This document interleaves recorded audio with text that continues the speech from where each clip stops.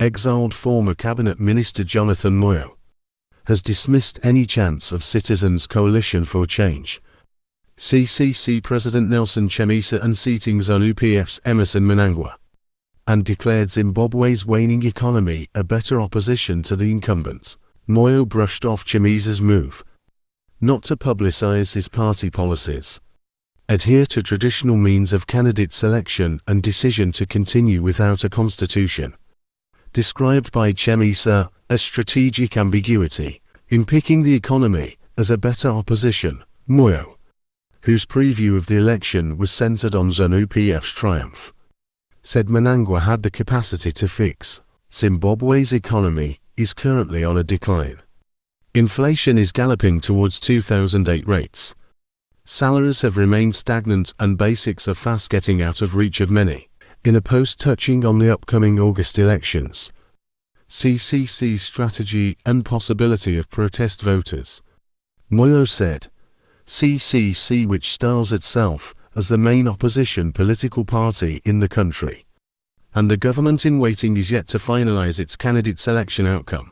The only visible and potentially deadly opposition is coming from the teetering economy, which is approximating a free fall, but which the government can still stabilize, although time running out. The reason for the comatose opposition ahead of the election was perhaps inadvertently given by CCC leader advocate Nelson Chamisa in an interview with Blessed Mnangagwa on Trevor Cube's online television, HSTV, on the 20th of April 2023, when he said, "Our biggest thing is what we call strategic ambiguity, the doctrine of making sure that the enemy doesn't know what we are doing, whether in foreign policy or in politics.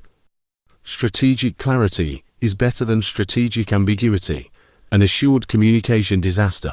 In politics, ambiguity is actually an expression of an unclear ideology, legality, policy, position, statement, task, goal or action of the leadership.